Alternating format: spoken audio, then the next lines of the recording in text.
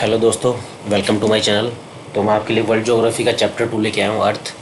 इससे कुछ हम मल्टीपल चॉइस क्वेश्चंस करेंगे, राइट। और ये भी बहुत ही इंपॉर्टेंट क्वेश्चन है। मैंने एनसीईआरटी बेस्ड क्वेश्चन है ये, और मैंने सिर्फ वही क्वेश्चन उठाए वहाँ से जो पेपर में आने लायक हो, ठीक है। और ये एनटीपीसी, सीएचएसएल, सीजीएल में बहुत ही ज़्यादा आपको हेल्प करेगा। चलो फिर ठीक है, स्टार्ट करते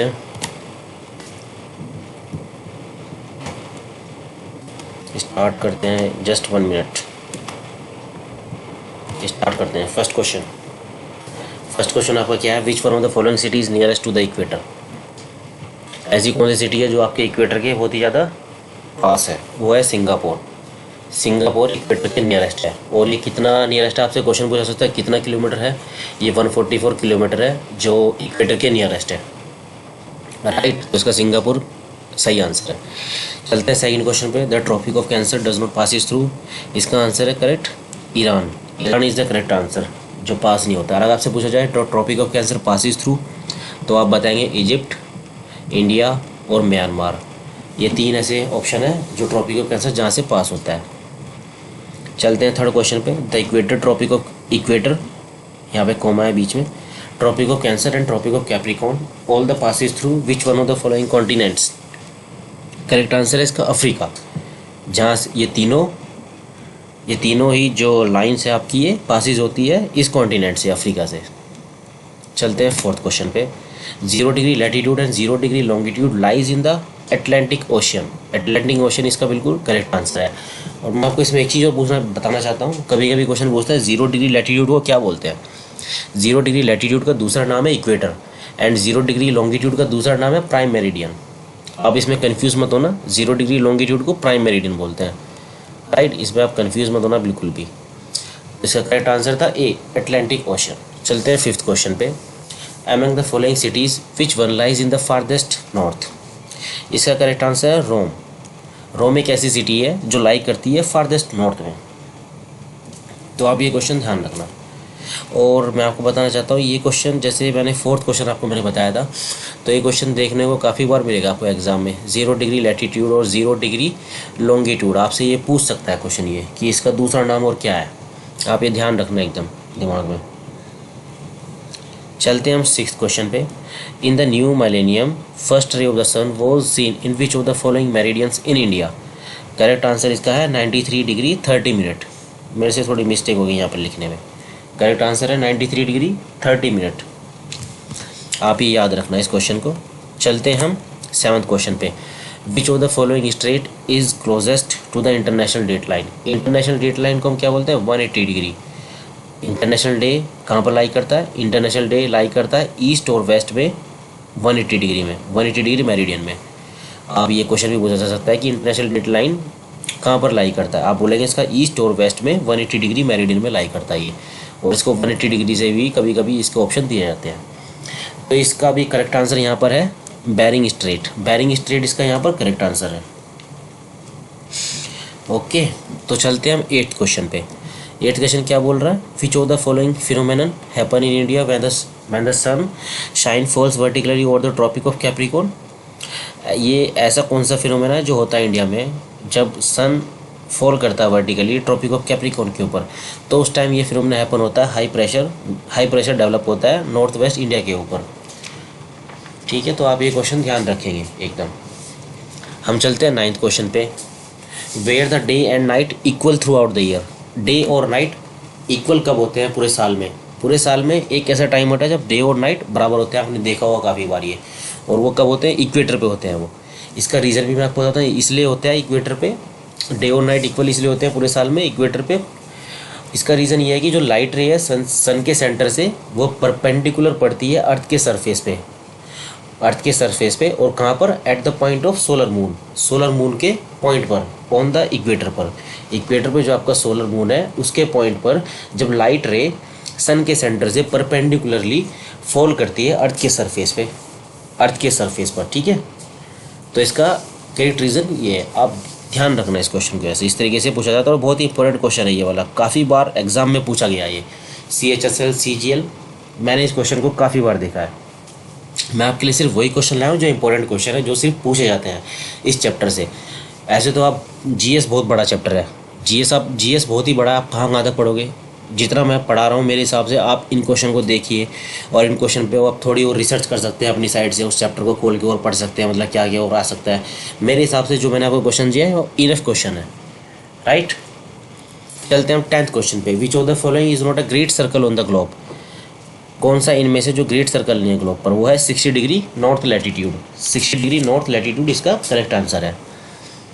चलते हैं 11th क्वेश्चन पे। Prime meridian does not passes through which of the following European country. अब आप देखेंगे यहाँ पे प्राइम मेरिडियन पूछ रहा है।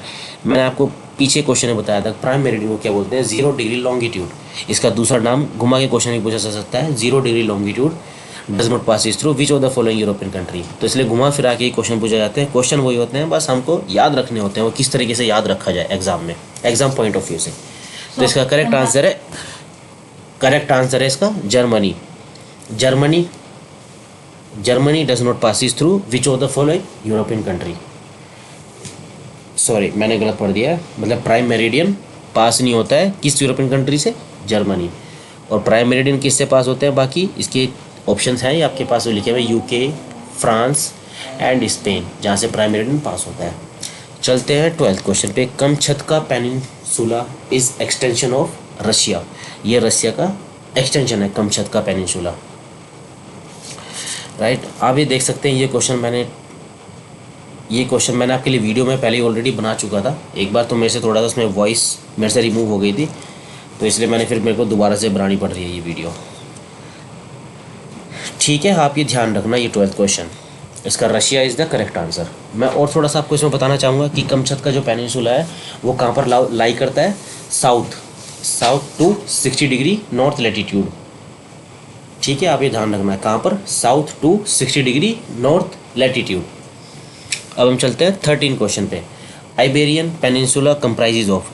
आइबेरियन पेनिनसुला वो किस किस चीज़ से मिलकर बना है, एक तो स्पेन एंड पोर्तुगल। इसका आप दोनों का ये क्वेश्चन ध्यान रखना। चलते हैं 14th क्वेश्चन पे। Which of the following island lies to the west of international date line. मैंने आपको बताया इंटरनेशनल डेट लाइन को 180 डिग्री लैटिट्यूड लॉन्गिट्यूड से रिप्रेजेंट करते हैं, ठीक है। इसको इंटरनेशनल डेट लाइन बोलते हैं। और ये एनटीपीसी में क्वेश्चन देखा गया है काफ़ी बार घुमा के, और ये बहुत ही इंपॉर्टेंट क्वेश्चन है, आप इसको जरूर ध्यान रखना। इसका आंसर है Fiji. Fiji is the correct answer. चलते हैं 15 क्वेश्चन पे। Which of the following sea is not a part of Arctic ocean. इसमें से कौन सा सी है जो पार्ट नहीं है आर्कटिक ओशन का, वो है इसका बेरिंग सी। बाकी भी ऑप्शन आप ध्यान रख सकते हैं। अगर आपसे पूछा जाए which of the following sea is a part of Arctic ocean, Arctic ocean के कौन कौन से सी पार्ट है, बेरेंट सी, बीफोर्ड सी, चकची सी, आप इनको ध्यान रख सकते हैं। वैसे अगर पूछा जाए कौन सा पार्ट नहीं है तो Bering sea is the correct answer. आप इस चीज़ को जरूर ध्यान रखना, राइट। और ऊपर एक हवाईयन पूछ सकता है, हवाईयन आइलैंड्स। हवाईयन आइलैंड्स किससे बिलोंग करता है, यूएस से बिलोंग करता है। ये हवाईयन आइलैंड से, ये यूएस से बिलोंग करता है, आप ये याद रखना आप, राइट। चलते हैं हम 16th क्वेश्चन पे। 16th is the last question of this chapter. तो इसमें क्या बोला गया, arrange the following from north to south. North से साउथ की ओर हमें इन सबको अरेंज करना है। तो सबसे पहले आएगा सोकोत्रा, ये फर्स्ट नंबर पे है। सेकंड नंबर पे आपका आएगा मालदीव्स, उसके बाद आएगा सेचल्स, उसके बाद आएगा मॉरिशियस। तो this is the correct arrangement from north to south. और मैं आपको बताना चाहूँगा जैसे सोकोत्रा आइलैंड ये कहाँ पर लाई करता है, ये लाई करता है east of gulf of Aiden. इसको आप ध्यान रख सकते हैं, सोकोत्रा को गल्फ, आपसे क्वेश्चन पूछा था सोकोत्रा कहाँ पर लाई करता है, सोकोत्रा लाई करता है गल्फ ऑफ एडन पर, ठीक है। आपको घुमा फिरा क्वेश्चन पूछा सकता है। अरेबियन सी में सोकोत्रा कहाँ पर लाई करता है, east of gulf of Aden in the Arabian sea. और मालदीव्स कहाँ पर लाई करता है, मालदीव लाई करता है इंडियन ओशियन पर, ठीक है। कहाँ पर, Chagos ridge of the Indian Ocean. Chagos ridge होता है थोड़ा सा मतलब उतार चढ़ाव, मतलब रिज बोलते हैं ना उसको, कि उतार चढ़ाव होता है पहाड़ी पे जिस तरीके से, थोड़ा थोड़ा ऊपर फिर नीचे की साइड। तो आप इस तरीके से याद रखना है इसको। फिर भी मालदीव्स कहाँ पर लाई करता है, ये इंडियन ओशियन पर लाई करता है। कहाँ पर, नॉर्थ ऑफ इक्वेटर और साउथवर्ड टू लक्षद्वीप। इक्वेटर के नॉर्थ में, इंडियन ओशन के नॉर्थ के इक्वेटर में, ठीक है। और लक्षद्वीप और साउथवर्ड्स और साउथ की साइड लक्षद्वीप की ओर, वहाँ पर ये लाई करता है मालदीव्स आपका।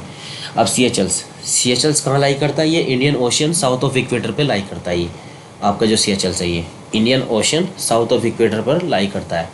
अब आप देख सकते हैं, आप समझ सकते हैं कि सबसे पहले सोकोत्रा आया, फिर उसके बाद मालदीव्स आया, उसके बाद CHLs आए, साउथ की ओर बढ़ते जा रहे धीरे धीरे हम।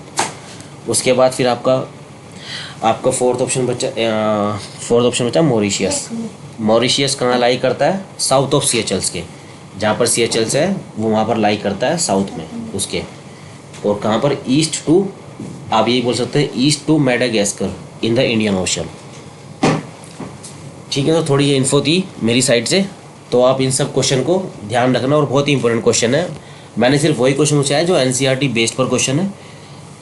आप एक बहुत ही ज़्यादा इंपॉर्टेंट क्वेश्चन है, आप इनको जरूर ध्यान से पढ़ना और ज़रूर मेरी वीडियो देखिए और मेरे चैनल को जरूर फॉलो कीजिए।